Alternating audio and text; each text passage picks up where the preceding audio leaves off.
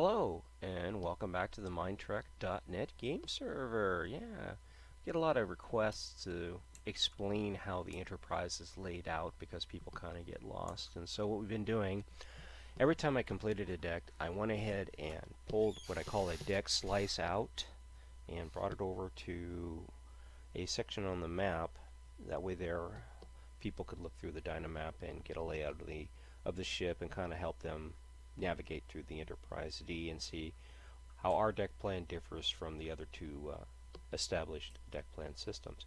Here's deck 1 or 1A, which is the main bridge deck.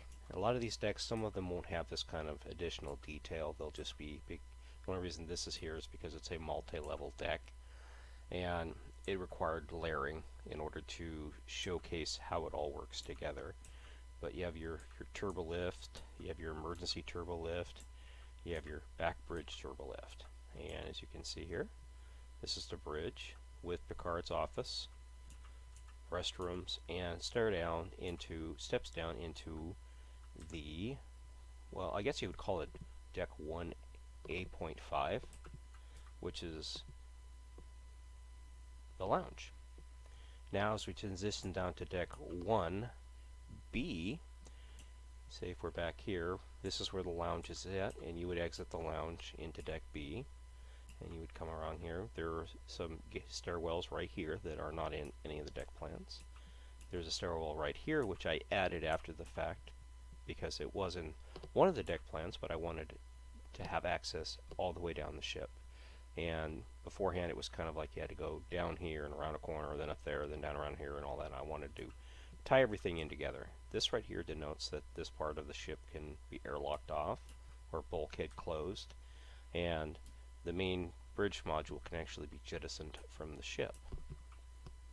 And all the parts to do that are right here. And these attach the main bridge to the ship. So the actual module for the Enterprise D can be swapped out for different designs within the same overall shape design. So interior layout can be different. Here's deck 2. We'll get up here and take a look at deck 2. Now on deck 2 we found that we had a lot more room on deck 2 than originally anticipated. When you start working with the actual 3D environment, you find that the 2D drawings sometimes don't line up well with a 3D environment, so you might end up with more space or less space depending on how the model translates to the actual physical drawings. In this case, we ended up with more space. Now, this deck was redesigned. Beforehand, there was a corridor that came around here, like so, and I decided I didn't like that because it wasn't giving me enough room for these crew quarters right here. So what I did is I went ahead and redesigned. This is one of the first decks I actually redesigned for the purpose of, making it unique. And as you can see, it actually looks pretty good. It all came together really nice. So go ahead and go into, well, let's just go ahead. I think it's F2. No, I have to take some picture. There we go, F1. But yeah, check that out. She's actually really nice. Then we'll transition on down to deck 3 or deck 2B, depending on how you want to do it. One of the problems we did encounter is we had extra space for an entire new deck. Now, one set of plans accommodates for this, another set doesn't. So we're completely open to how we wanted to handle it. Now, we already made our hangar as tall as we could. And on the Enterprise, the drawings, the hangar is very small, height-wise, not that tall. But in reality, it has to be a lot bigger than it is in the drawings. And the space that we had with the 3D model allowed us that height. In addition to that, we had way more height than we needed, because we know that the hangar, according to the plans and according to the ship lore, is on deck 4. Well, there are 6 decks between deck 4 and deck 1.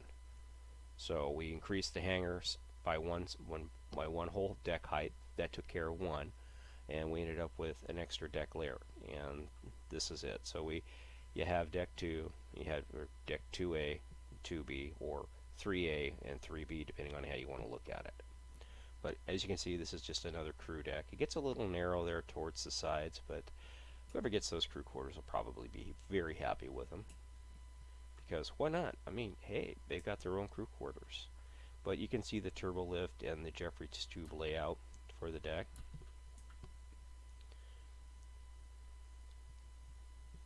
I like to screen cap some of this stuff when I do it because it's kind of cool to see it this way. And as we transition down here to the next deck, a lot larger, as you can see.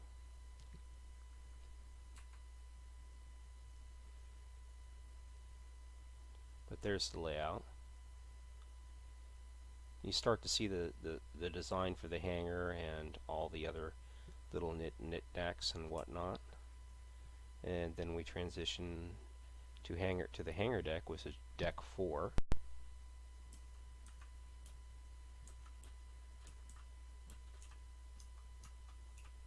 There you are.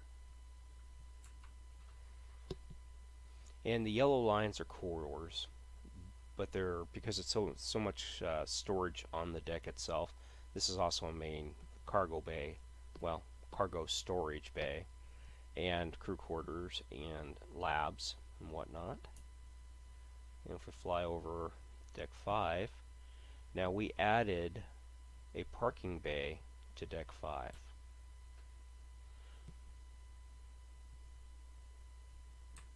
Actually, I'm going to come back to this, up and back just a bit. There we go. That'll have to do. On deck 5, you can see the starts of the parking bay. Fly over here to deck 6. You can see deck 6 is is again larger than deck 5, and there's the parking bay and some of the water storage, the physical water storage. And the ship stores gases, bulk compressed oxygen and hydrogen gas, and then it can convert those two gases together, combine those two gases together to create water as needed. And if they need more water, I'm sure they can go, blast a comet or an ice moon or something and get more water, and then convert that water into compressed gases. Here's deck 7.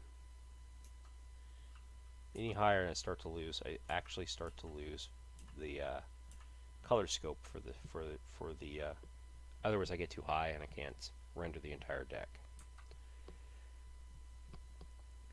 And you start to see the onset of the grotto, the forward part of deck 7. And we go to deck 8. You start to see the theater, and the cutout on deck 7, of course, is for the battle bridge.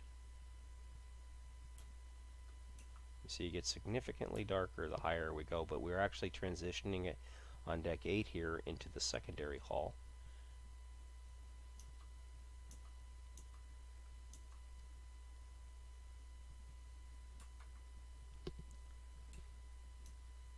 I notice there's some, it's labeling for deck 8, those letters, those magenta letters. But this is the first deck of deck 8 right here on the secondary hull. That's the battle bridge and the accompanying systems around the battle bridge. And if you come down through here, you can't see the turbolift pattern or route from the main bridge. But if we come over here, you can see it right there. It's the one in red.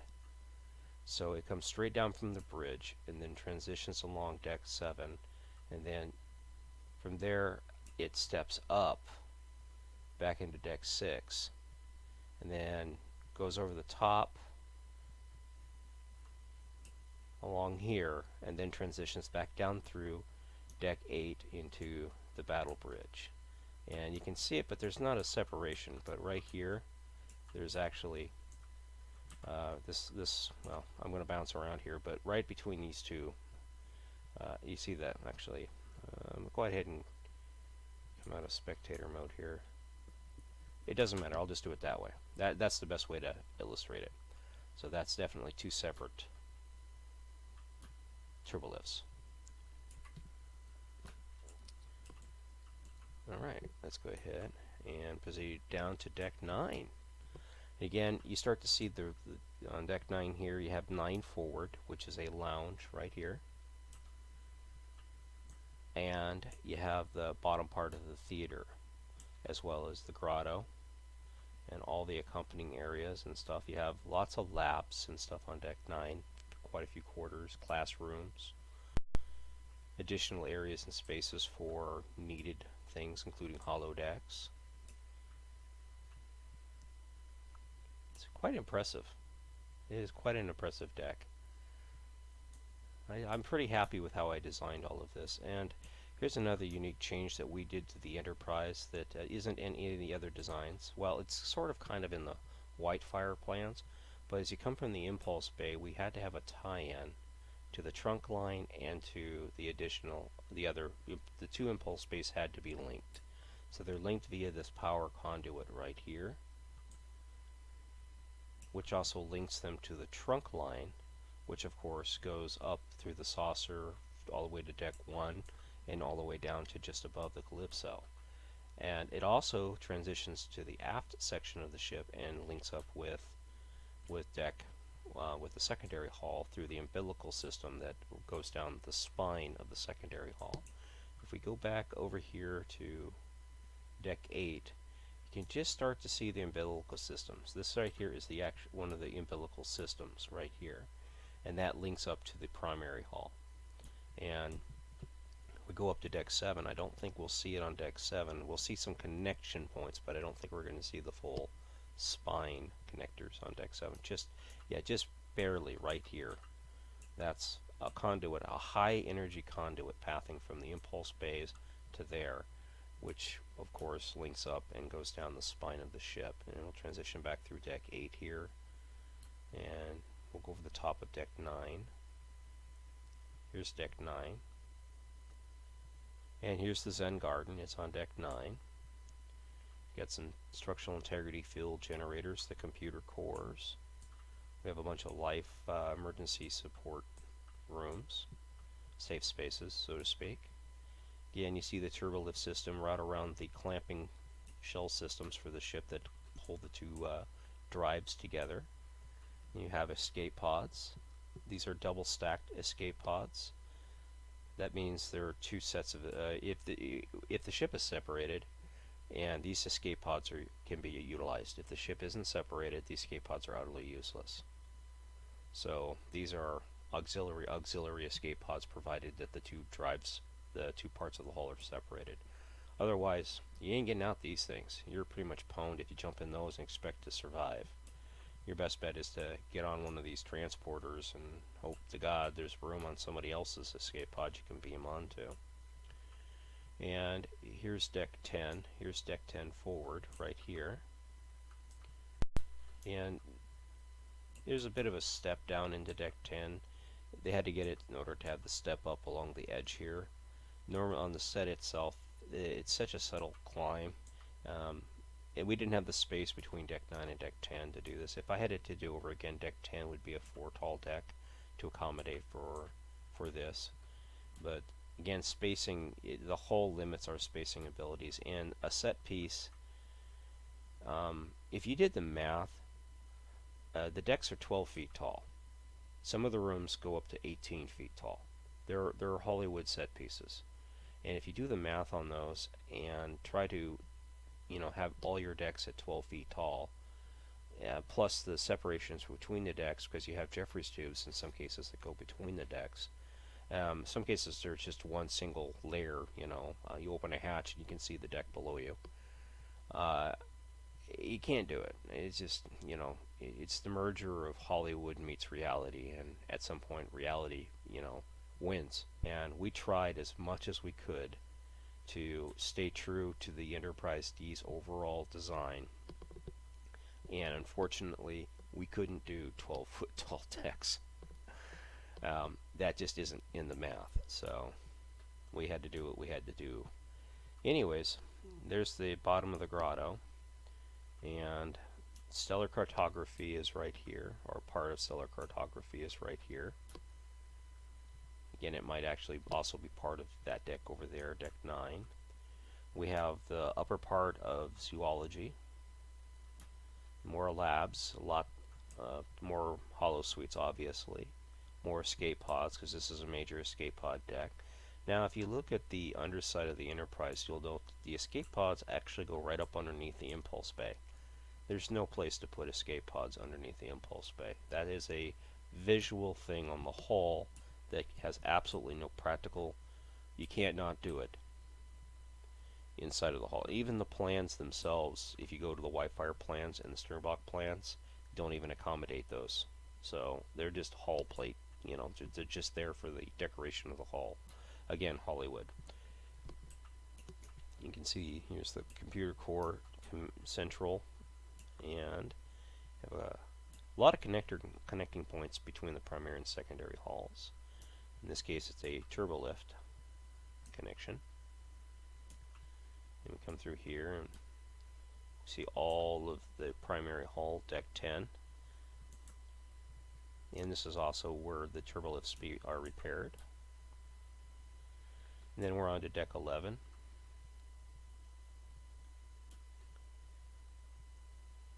Kind of unique looking deck. I can see over here that some creative work was done with the Jeffries tubes, and I remember turbolifts, and I remember doing this and deciding, well, do I want to connect them? Do I not want to connect them? You know, in retrospect, I should have connected them and just had a step through right here, and you know, just you step through the turbolift. But yeah, because you can connect to the forward part of the ship via this route. You just come through here and then bada boom. So when I do go back through the ship, I'm pretty sure I'll probably end up connecting these turbolifts together, just because I don't like that design. That I'm sure I had my reasons at the time to do it that way, but yeah, I will change that. That's something that I will put on my to change list. And of course, the turbolifts route around all of here and everything else. And we're starting to see the top part of the second hangar bay. A lot of machines and stuff like that. 2-story rooms. And then we're on to deck 12. This is the main medical deck. She's a big deck. Obviously 2 parts, primary and secondary hull. Come through here and you have a main airlock connection between the 2 decks on deck 12, along with an EVA locker.